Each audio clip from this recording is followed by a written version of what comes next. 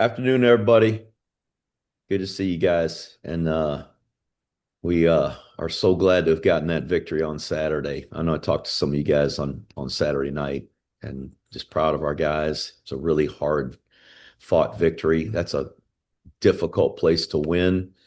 And they are a super athletic team and well coached and just so proud of our guys for finding a way. So obviously that one's behind us now, and we get to the biggest game of the year, and we're already couple days into the preparation for that, and it's going to take just an incredible effort to win this next one. They've got a really good football team, and it's always a really, really hard football game to win. And so our guys are excited about the opportunity to play in this game, the history of it, and just what it means to this academy and the Army. And so we're on to that work now. Joe Iacano, you can start us off. Good afternoon, Coach Monken. Congratulations again on the win Saturday. You know, interesting. Last year, Army had obviously gone 12-2 or 10-2 coming into the game, won the conference championship. Navy, while not playing in a conference championship this year, has had an extremely successful season, and they're ranked. And you guys, at least according to Vegas, will be the underdogs probably. Do you find it unique or ironic that you're in kind of a situation to potentially play spoiler to what they have kind of probably considered a great season on their part? Well, they are having a great season. They've got an outstanding football team, and their coaching staff does a great job. They're talented and playing very well, and they'll be hard to beat. And it's that this game is not about being a spoiler or anything like that. It's just the desire to win for both teams, the desire to win, and certainly having the Commander in Chiefs trophy on the line. It's a big football game, and so we're just going to try to prepare to play our very best and hope it'll be good enough, and just as we did a year ago. And I think there was, obviously some challenges to play in the championship game the week before, and this year having a couple of weeks to really recover health wise and prepare. Hopefully that'll help. Hopefully it'll have us more well prepared. And they played a great game against us last year. They earned the victory, and they deserve to win. And so hopefully we'll play well enough this year to give ourselves a chance and be in the game and perhaps find a way. And the last two times Navy's beaten Army, there was a fake punt that played a key role in both of those games. What are you guys doing with Coach Saturnio from a special team standpoint to make sure you're ready for any curveballs they might throw you? Yeah, and last year's it was well designed. We had lined up in that block a couple of times during the game. We tried to outnumber them to the side where they had their wing, and we went for it one too many times, and they saw it and had a plan for it, and we took a chance, and so did they, and they won. It was a good play. And then the one a few years ago, that was ironically, they even said after the game it wasn't a called fake, that just the snapper thought he heard a call for a fake, and it kind of popped up in the air, and they made a good run, and we had a tackler there and didn't make the play, and they were able to execute it. So obviously those are big plays in a game like this. They're a big play in any game, but certainly in a game like this. And so we're going to do our best to have ourselves positioned, and we try to a line where we're going to have a chance to block a kick if we want to, or return a kick if that's our desire, and be in position where we're not putting ourselves in a vulnerable position to have a ball faked on us. And final question for you. Traditionally, you've described this game very accurately so as a fist fight with a couple breaks in between. Last year, Navy was able to roll up 31 points. Granted, there was the fake punt. A couple of those touchdowns came off of turnovers, I believe. But the fact remains, as you pointed out, their offense is extremely explosive this year. Their quarterbacks are really solid dual threat, Horvath, and then they have all their other weapons with Heidenreich and the fullbacks, and a lot of misdirection, kind of some different stuff. What do you guys need to do defensively, other than the obvious, like tackle better, get off of blocks? What do you need to do defensively to make sure that you can contain their offense and keep it kind of the game that you guys want to play? Hopefully just be sound in our alignments and not create opportunities for them by being misaligned or being poorly positioned.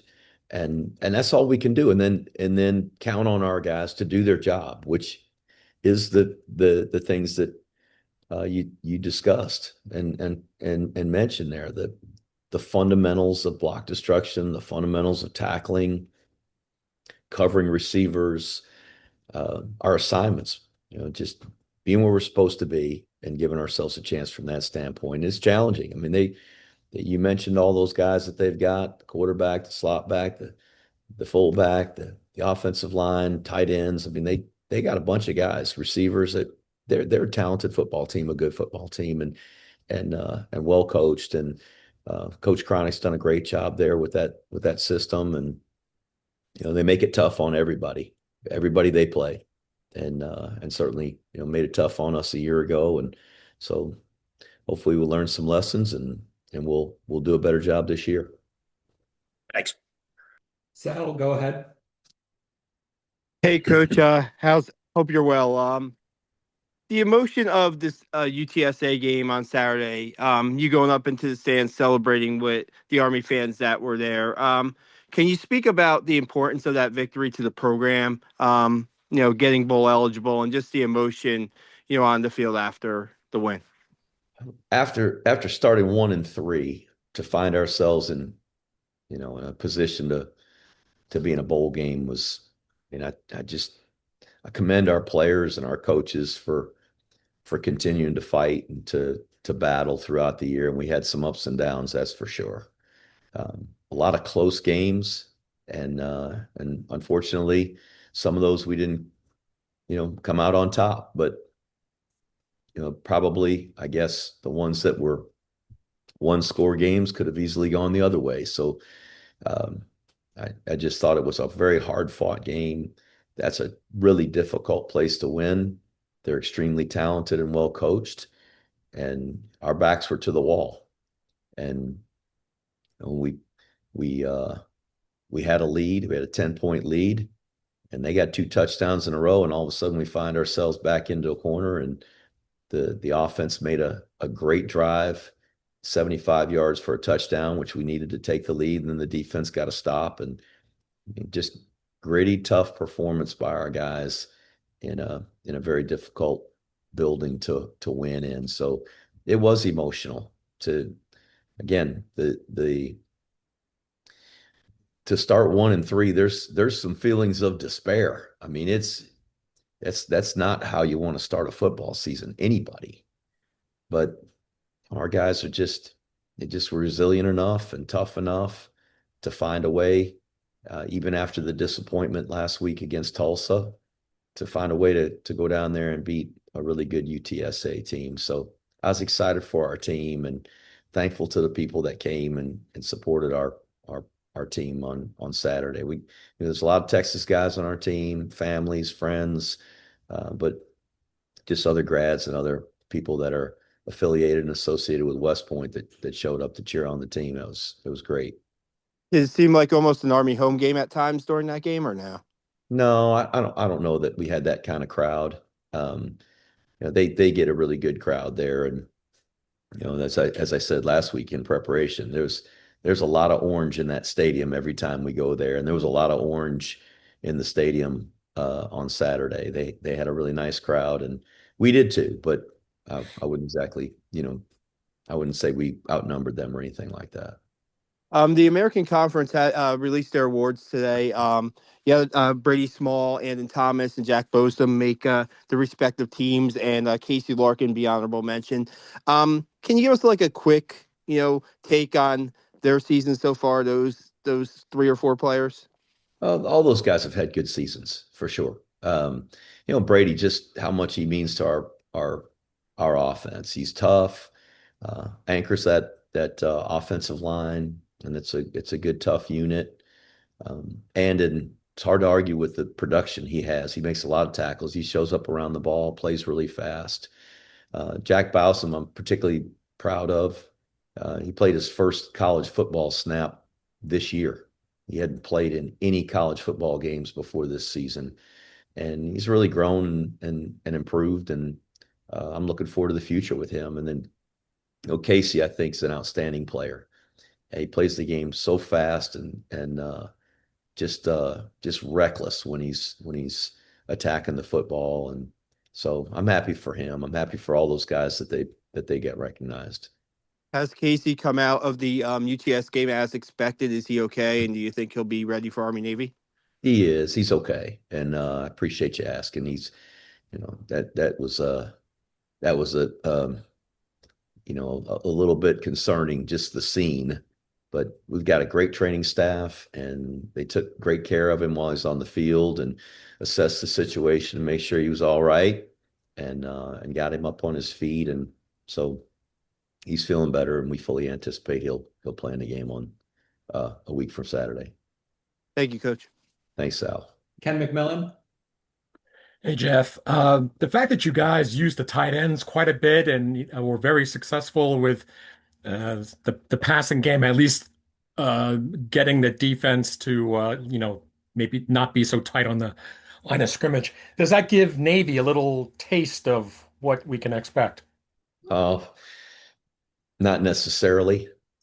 We were just doing what we thought it took to win that game. And last year against UTSA here in that Thanksgiving weekend game, they did such a good job defending the run. I mean, I don't know if we averaged 3 yards per carry in that game a year ago, but we were able to hit some pass plays, and we had to win the game. We had to do that, and I think this year was a little bit the same. Our concern, their athleticism, how physical they are, the plan they have. We knew to just line up and run the ball 60 times against them may not be the formula to beat them. So we had some, excuse me, we had some pass plays that we had practiced and designed and prepared for them. We were able to throw some of those and some of those successfully. Obviously not all of them, but hit some plays at some key times. And a couple of those pass plays, the fourth down pass plays, our quarterback's getting hit.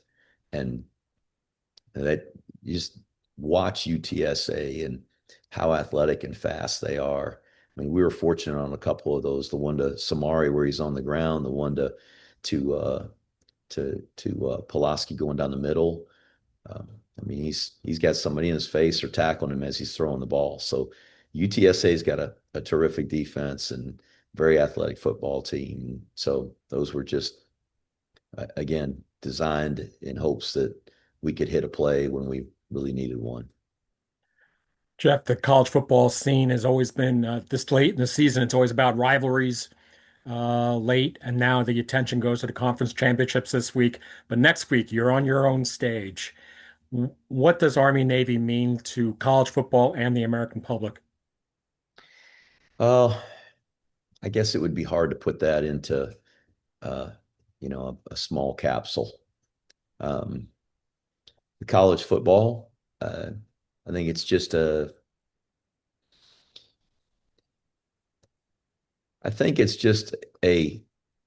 game where college football fans, no matter who they cheer for, can really appreciate two teams that have been built from the bottom up. All of our players, all of their players are guys that came to our schools out of high school. They've been developed into the players that they are. Very much an old school mentality in terms of developing college football team and just how hard both teams play the game, how much it matters, how much it means to to the players and coaches and everybody involved. And that I think that really comes out uh, pretty clearly in watching the game and watching how the two teams compete. And I think that's great for college football. That there are two teams that just they love the brand they play for. They love their teammates so much um, that they're fighting with everything that they've got to try to win on every play. And certainly to the American public, um,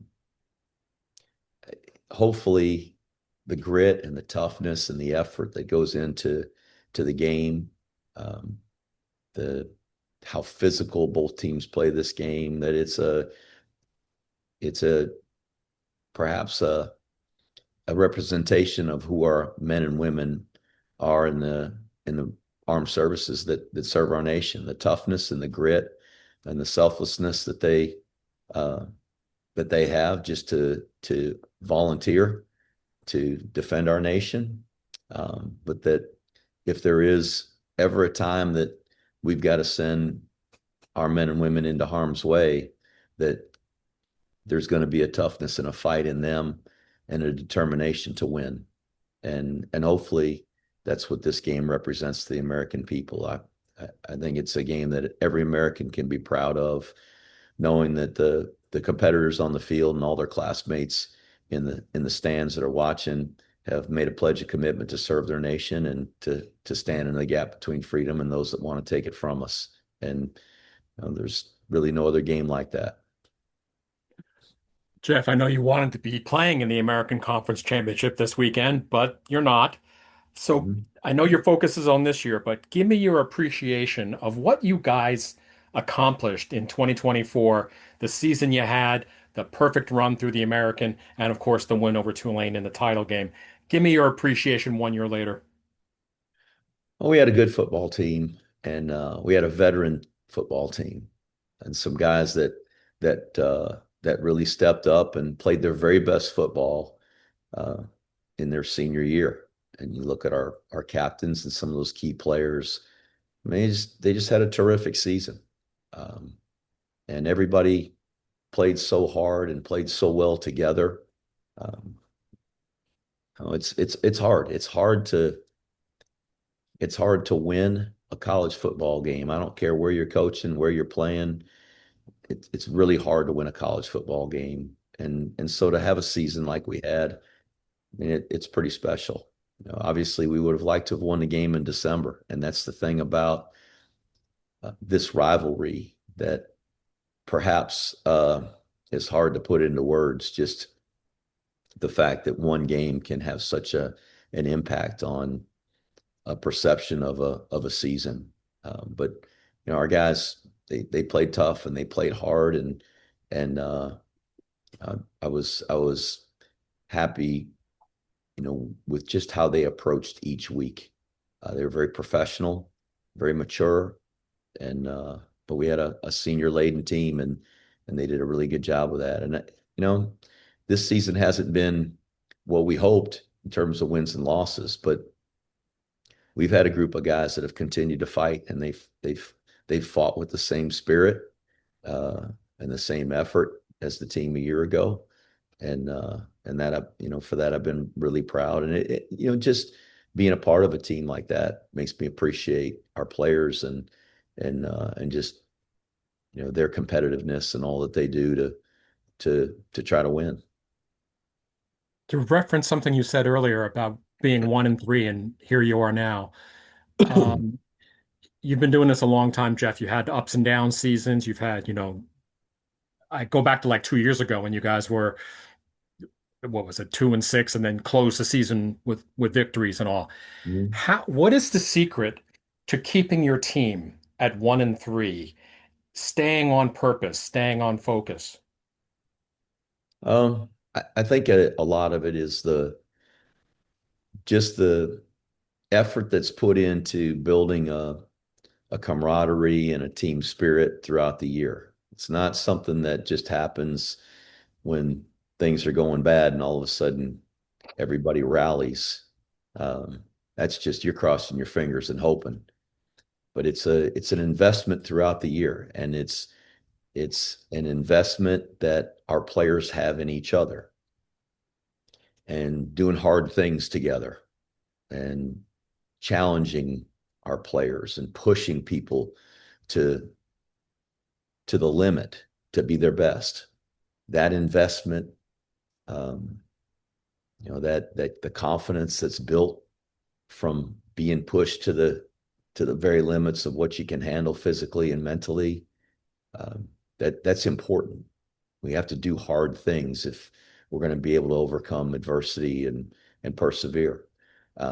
So it's a year-round effort, and our guys have a great investment in each other. There's a sense of brotherhood in our locker room that is it's different, and they they don't want to let each other down, and they fight for each other. And so I think when you care about people and your performance or what you personally do has an impact on the people that you love, then you're going to be compelled to do your best and to continue to fight. And I think that's, really where that comes from.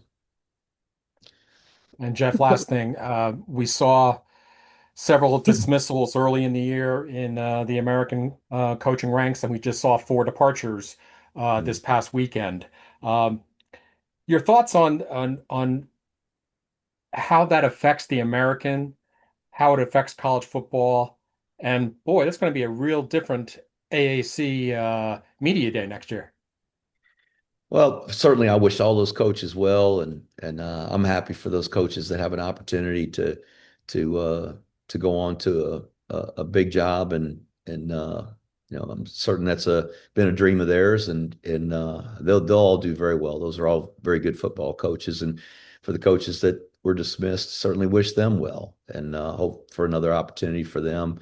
This is a great profession. It's a tough business, and coaching changes is just part of it's just part of college football. And so it'll look different, but each of those schools is going to hire a good coach, a winning coach, and there'll be new challenges. And where coaches change, that too creates some challenge for the other people that are playing them because the schemes aren't the same and game plans that you've had and kind of comparing what worked and what didn't, you're starting all over. So that's part of the competition. And but this is a very talented league, very well coached league, and I'm certain that next year the American is going to be a really tough conference again. Thanks, Jeff. Safe travels to Baltimore. Thank you. Thanks, everybody.